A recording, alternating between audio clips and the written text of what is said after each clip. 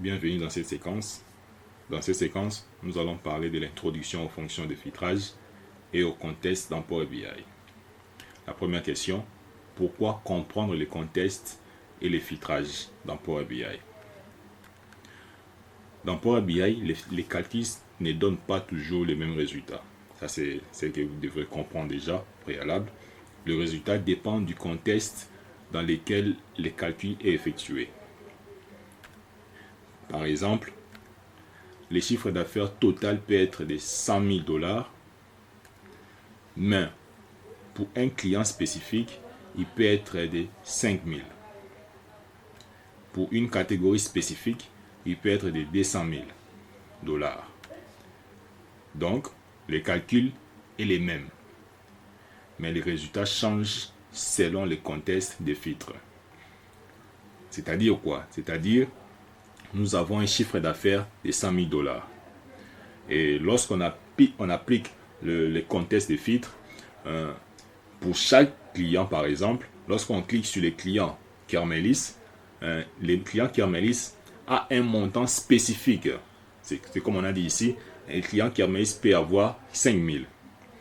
Et pour la catégorie spécifique de ces clients Kermelis, il peut avoir un montant qui est encore différent. Vous voyez, c'est pour ça que j'ai dit 20 000 $. Donc c'est un peu ça le contexte des filtres. Définition du contexte. Maintenant, on va définir les contextes. C'est quoi les contextes? Les contextes est l'environnement dans lequel une formule d'axe est évaluée. Il existe deux types principaux. On a les contextes des filtres, on a les contextes des lignes. Mais ce que nous avons vu ici, c'est le contexte des filtres. Pourquoi? Lorsque nous avons un chiffre d'affaires d'un montant X, et lorsqu'on applique les filtres, on applique le contexte des filtres pour un client spécifique, les montants changent, les montants varient par rapport au filtrage que nous apportons. On rentre ici, on a deux types de contextes, le contexte des filtres et le contexte des lignes. Maintenant, le point 3, contexte des filtres. Nous allons maintenant définir le contexte des filtres. C'est quoi un contexte des filtres? Ici, on dit le contexte des filtres est l'ensemble des filtres appliqués dans un calcul. Rappelez-vous, on a un chiffre d'affaires et on applique les filtres pour un client spécifique. Il y aura un montant, mais ça ne sera pas le montant du chiffre d'affaires. Mais le montant va varier par rapport au contexte que nous avons appliqué à ces clients. Ces filtres peuvent venir d'un visuel, d'un slicer, d'une relation, d'une ligne dans une table, d'une relation entre les tables, une fonction dans une fonction d'axe. Donc vous voyez que vous comprenez déjà le contexte des filtres, c'est l'ensemble des filtres que nous appliquons dans un calcul. Mais pour que ces filtres puissent s'appliquer dans un calcul, nous allons utiliser, donc les filtres peuvent être utilisés ou peuvent être affichés à travers les visuels, à travers les slicers, à travers une relation entre les tables, à travers une ligne dans un tableau, et nous allons le voir bientôt là, ou dans une fonction d'axe. Ça dépend. On va voir plusieurs exercices, on va faire plusieurs évaluations pour qu'on puisse bien comprendre, bien assimiler tous ces concepts que je suis en train de dire en si peu de mots. Exemple. Je vais maintenant donner un exemple du contexte des filtres. Parce que retenez que c'est dans les contextes des filtres. Filtre est l'ensemble des filtres appliqués dans un calcul. Exemple, mesure. On a ici les chiffres d'affaires total de notre prix unitaire. Si vous mettez dans un tableau, vous mettez la première colonne c'est client, la deuxième colonne c'est chiffre d'affaires total. Donc de la formule, le résultat de la formule. Le client A, il a comme chiffre d'affaires total 5 000. Le client B a comme chiffre d'affaires total 3 000.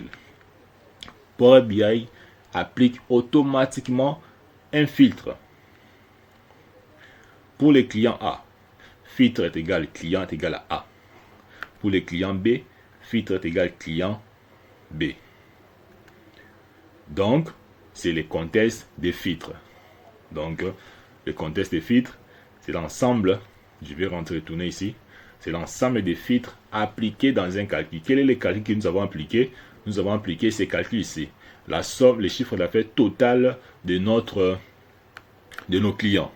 Chaque client a son chiffre d'affaires total. Donc, ces résultats, c'est ce qu'on appelle les contextes des filtres. Origine du contexte des filtres. Le contexte des filtres, donc le contexte peut venir d'un visuel, comme on vient de dire tantôt. Donc, d'un graphique, donc on parle de visuel. Le visuel, c'est l'ensemble des composants ou des visualisations que nous pouvons utiliser pour afficher nos rapports, par exemple. Ici, lorsqu'on parle de visuel, nous avons donné un exemple des graphiques. Dans l'axe, on va par exemple mettre la catégorie. Et dans la valeur, nous mettrons les chiffres d'affaires du résultat que nous venons de faire. Chaque catégorie devient un filtre. Chaque catégorie devient le filtre. Ça devient le filtre de quoi? Ça devient le filtre de la valeur. Donc, quelle est la valeur? Le chiffre total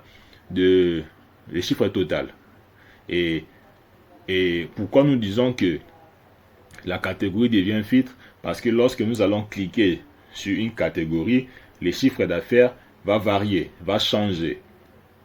Voilà. 2. Les contextes peuvent venir des sliders. C'est-à-dire quoi? Nous avons pointé sur l'année. Notre slider, c'est l'année, est égal à 2024. Toutes les mesures sont filtrées pour 2024. C'est-à-dire, lorsque nous appliquons un slide sur une année, et toutes les mesures sont filtrées pour l'année 2024.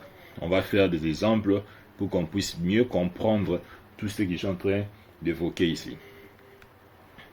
Relations. Le point 3, c'est les relations. Nous avons la table de division qui est en relation avec la table employée. La table employée en relation avec la table de commande. La table de commande est en relation avec la table ligne commande.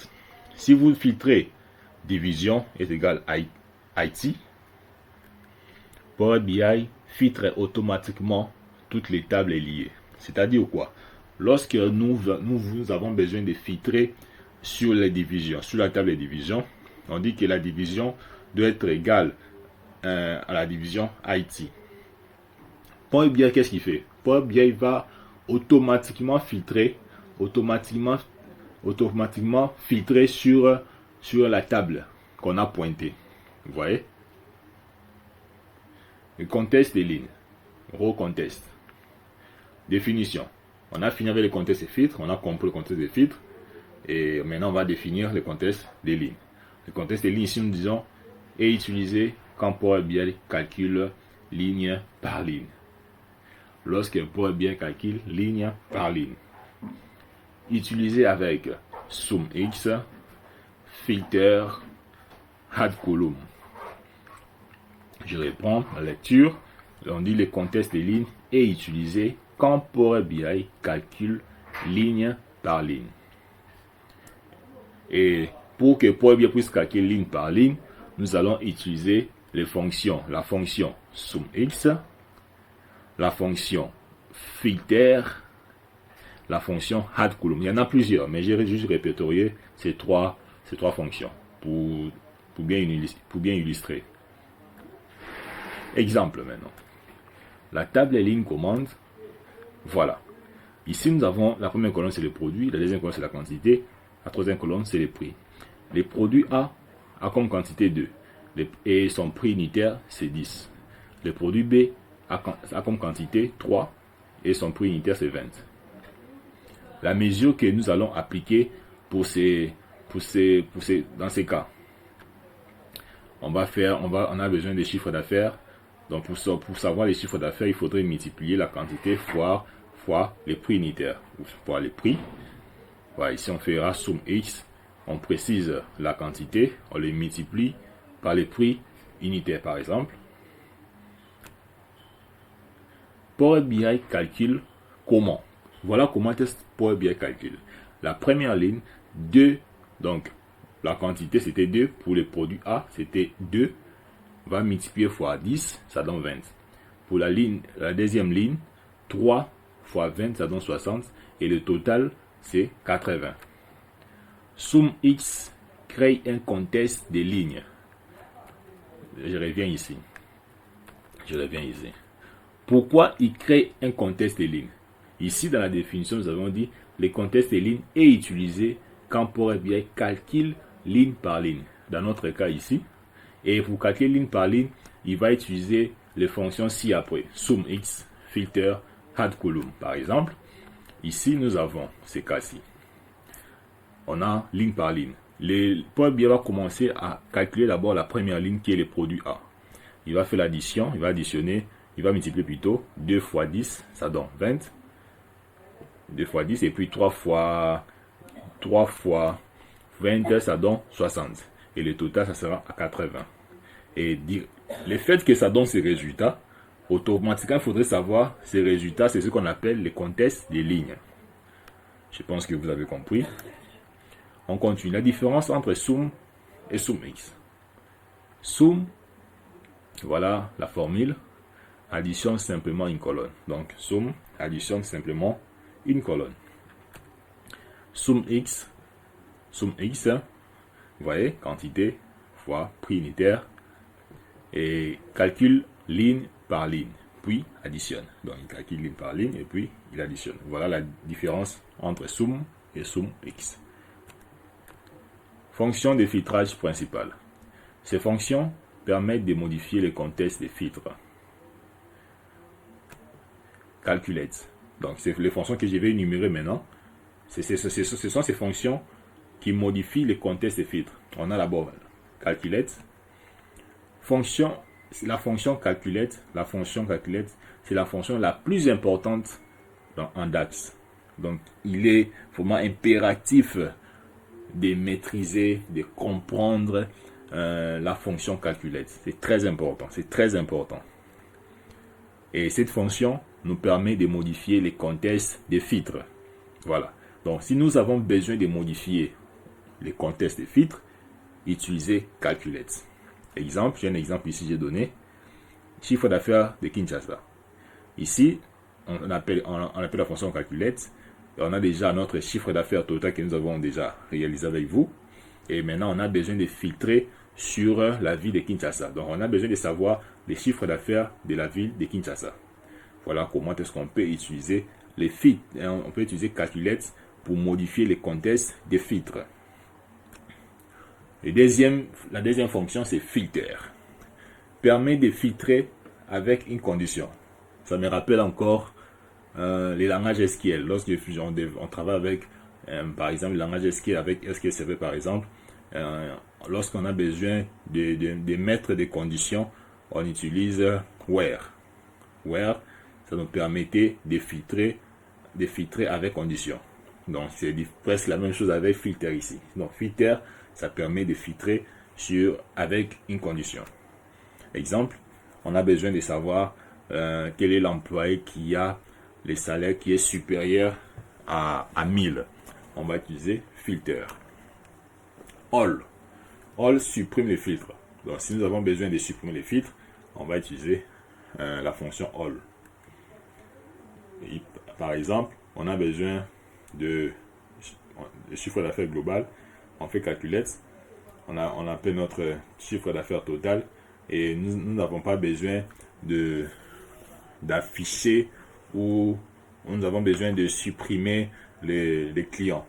Donc, si nous avons besoin de supprimer les clients, on va l'appeler entre parenthèses dans les all.